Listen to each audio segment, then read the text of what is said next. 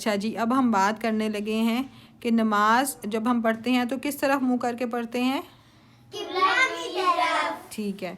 और अगर आप कभी रास्ते में हो, सफ़र में हो, नमाज का टाइम हो जाए तो फिर क्या करोगे? उधर कोई कपड़ा बचा के नमाज पढ़ लेंगे। और अगर आपके पास कपड़ा ना हो तो फिर जाए नमाज भी नहीं है, तो फिर ऐसे ही पढ़ लेंगे। पूरी जो ज़मीन है वो हमारे लिए क्या है? मस्जिद है।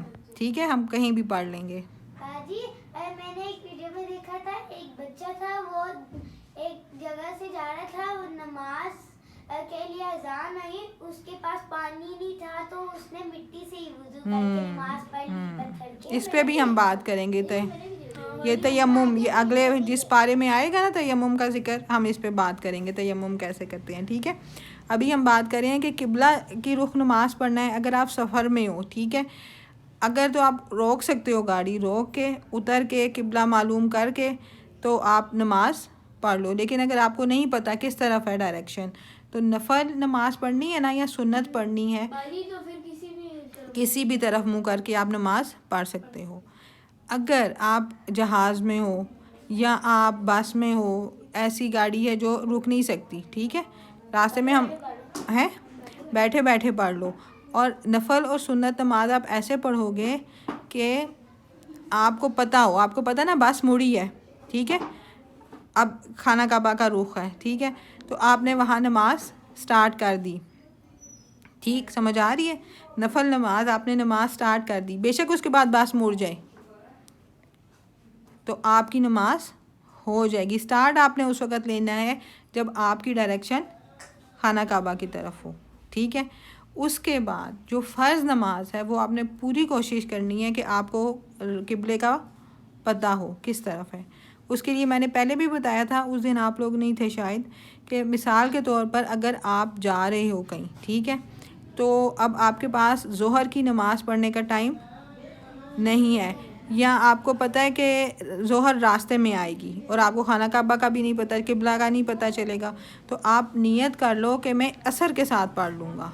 ठीक है मेरा, आप ये नियत कर लो कि मैं असर के साथ पढ़ लूँगा, तो आपकी नमाज कज़ा नहीं होगी। आप जिस तरह कहीं गए, नानों के घर पहुँचे या दूसरे शहर पहुँचे, आपने पहले ज़ोहर पढ़ी फिर असर पढ़ी, या आपको पता है कि मैं जा रहा हूँ, रास्ते में मेरी असर की नमाज़ मिस हो सकती है, मैं बस में बैठा हूँगा या मैं एरोप्लेन में हूँगा या मैं ट्रेन में हूँगा, ठीक है, तो फिर मैं असर की नमाज़ मेरी रह जाएगी, मुझे तो किबले का पता ही नहीं चलेगा। आसमान पे अगर आप जहाज़ में हो तो आपको किबले का पता ही नहीं चलेगा।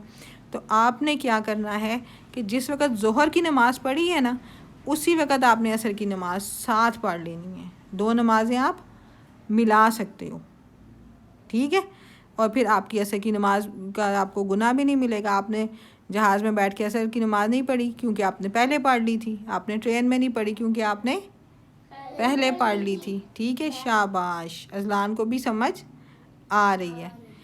अब इसी तरह आप दो नमाज़ें और मिला सकते हो। कौन कौन सी? मगरिब और इशा की। अब आपने निकलना है, आपको पता है रास्ते में इशा की नमाज आ जाएगी, तो आपने क्या करना है, मगरिब के साथ क्या पढ़ लेनी है? इशा। और अगर रास्ते में आपकी मगरिब निकल गई है, ठीक है, आपने नियत पहले करनी है, आपने सोच लेना है कि अल्लाह ताला मेरी जो है मगरिब की नमाज मिस हो रही है, मैं रास्ते में हूँ, तो मैं ये किसके साथ मिला लूँगा? जब मैं घर पहुँचूँगा तो मैं इसे इशा के साथ पढ़ लूँगा। ठीक है, समझ आ गई? बाजी, हम लोग जब कहीं भी गाड़ी में या ट्रेन में उधर हमारा वुजू ना हो तो हम कैसे पढ़ेंगे? वुज़ू तो करना है ना लाजमी।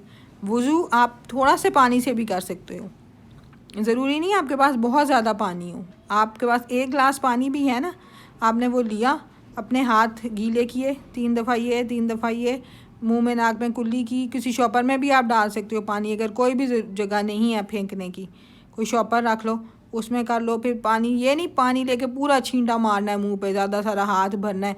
हाथ गीले किए, मुंह पे मार लिया अच्छी तरह, फिर दूसरी दफ़ा गीला किया, तीसरी दफ़ा गीला किया, बाजुओं पे कर लिया, इसी तरह मसा कर लिया। अब पाँव पे ये नहीं है कि आपने पूरा जग एक 3 दफ़ा गिराना है पानी भर भर के।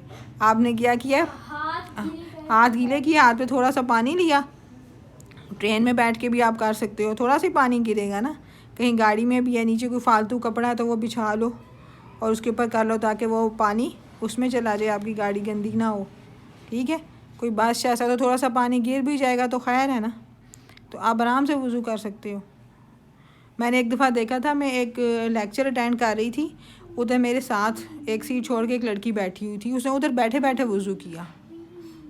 उसके पास बोतल थी, उसने बोतल निकाली, मैंने कहा ये क्या कर रही है, उसने उधर ही बैठे बैठे थोड़ा थोड़ा पानी लेती जा रही थी और उसने वज़ू कर लिया। नमाज का मुझे नहीं याद उसने किस वक़्त पढ़ी, लेकिन मैंने वज़ू करते देखा था उसे। और मेरे ख्याल से नमाज का टाइम होने वाला था तो उसको होगा कि वॉशरूम में अब रश हो जाएगा, सब ने उठ के जाना है, उसने उधर ही वज़ू कर लिया। ठीक है।